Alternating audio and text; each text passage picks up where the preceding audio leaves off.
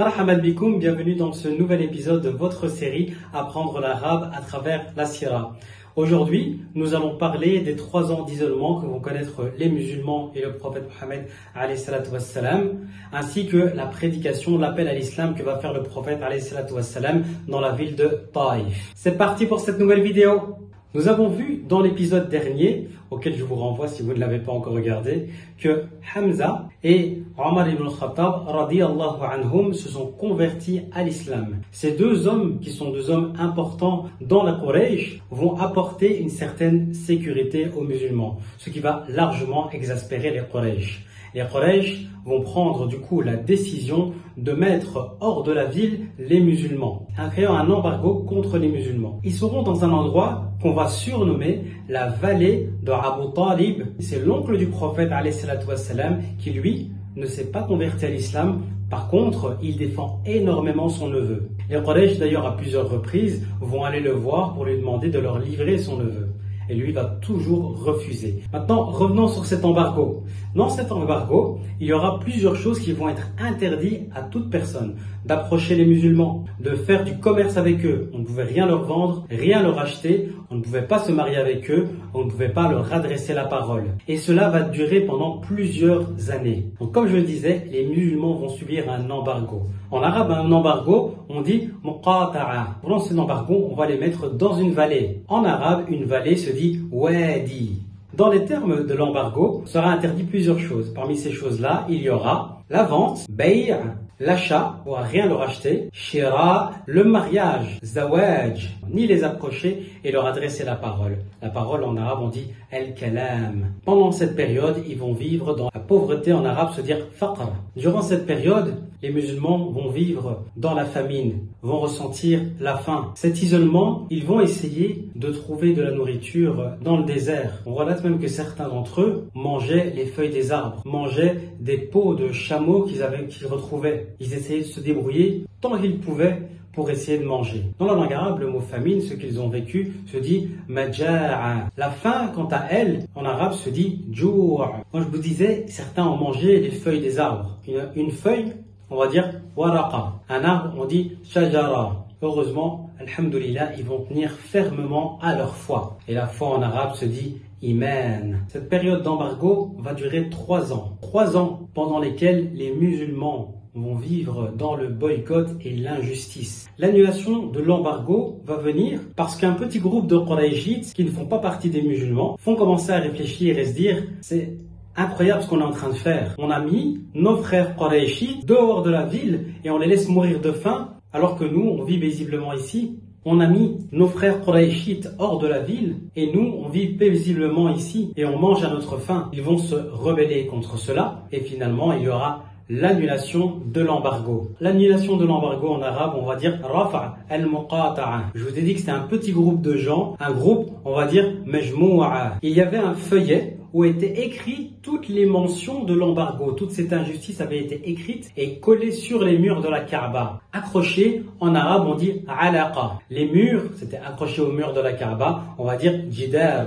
Lorsque les Quraysh vont abandonner cet embargo, ils vont vouloir retirer le document qui était sur les murs de la Kaaba et ils vont voir que le document a été rongé par des insectes. Et la seule partie du document qui restait, c'est la partie où c'était marqué le nom d'Allah. Les insectes, en arabe, ça se dit hashara. Une fois que l'embargo va être terminé, les musulmans vont pouvoir regagner la Mecque. Le prophète alayhi salatu wassalam va subir une nouvelle épreuve, la perte de son oncle Abu Talib, qui l'a tant défendu. Abu Talib, lorsqu'il va mourir, ne va jamais prononcer la shahada et ne va jamais rentrer en islam. Peu de temps après, le prophète alayhi salatu wassalam va subir une nouvelle épreuve et qu'il va perdre sa femme qu'il a tant aimée et qui lui a donné tous ses enfants, Khadija radiyallahu anha. Dans beaucoup de livres de Sira, vous allez voir qu'on va nommer cette année-là l'année de la tristesse. Amul Husn. Le prophète Mohammed sallallahu alayhi wa alihi wa sallam va vouloir appeler à l'islam une autre ville que la ville de la Mecque.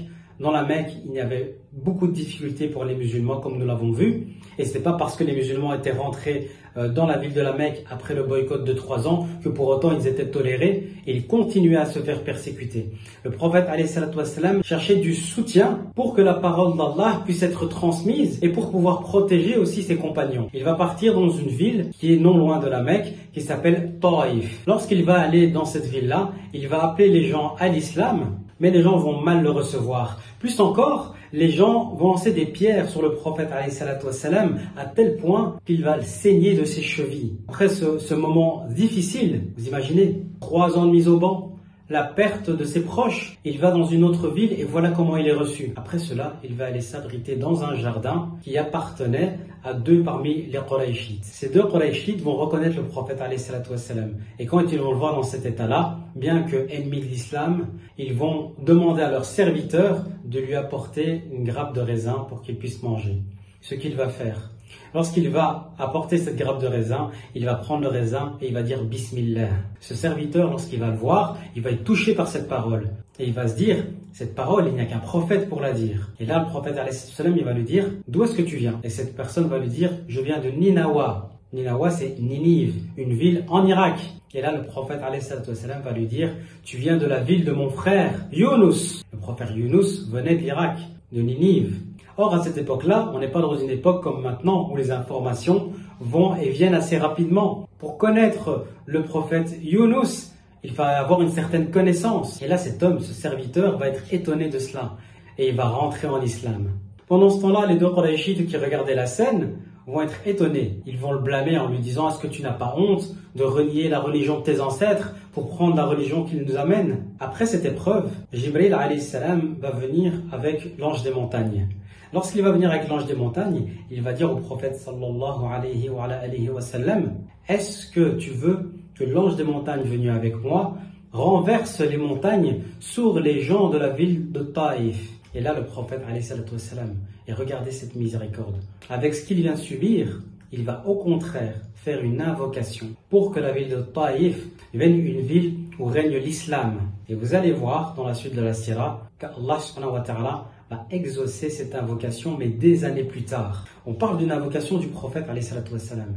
Que dire de nos invocations? Alors la petite moralité ici de la fin, c'est de se dire qu'il faut absolument invoquer Allah subhanahu wa ta'ala, peu importe la situation, mais être patient dans ces invocations et faire toutes les causes pour que cela arrive. Si maintenant je reviens dans le vocabulaire, on a vu que le prophète est sorti de la ville de la Mecque. À l'extérieur, en arabe, on dit fil kharij. À l'intérieur de la ville, on va dire fi dakhil. Pour un village, en arabe, on va dire qarya. Pour une ville, on va dire Medina. Pour une région, on va dire mintaqa. Je vous ai dit qu'ils l'ont accueilli en lui lançant des pierres.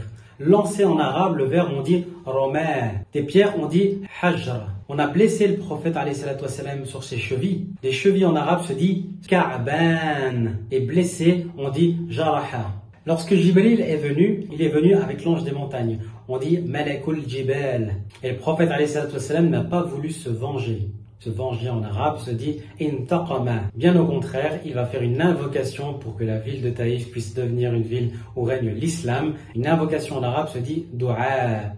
Voilà pour le vocabulaire, étant donné qu'on a parlé de transactions commerciales qui étaient interdites aux musulmans. Du coup, on va parler de tout ce qui est lié au commerce. On va d'abord parler des lieux. Pour le marché, on va dire souq. Un magasin, on va dire matjar. Une boutique, d'une manière générale, on va dire mahal. Pour un centre commercial, on va dire markazu tijariyun. Pour un client, on va 2 mots. On a le mot zaboun. On a aussi le mot amil. On a le vendeur, on va dire ba'i'.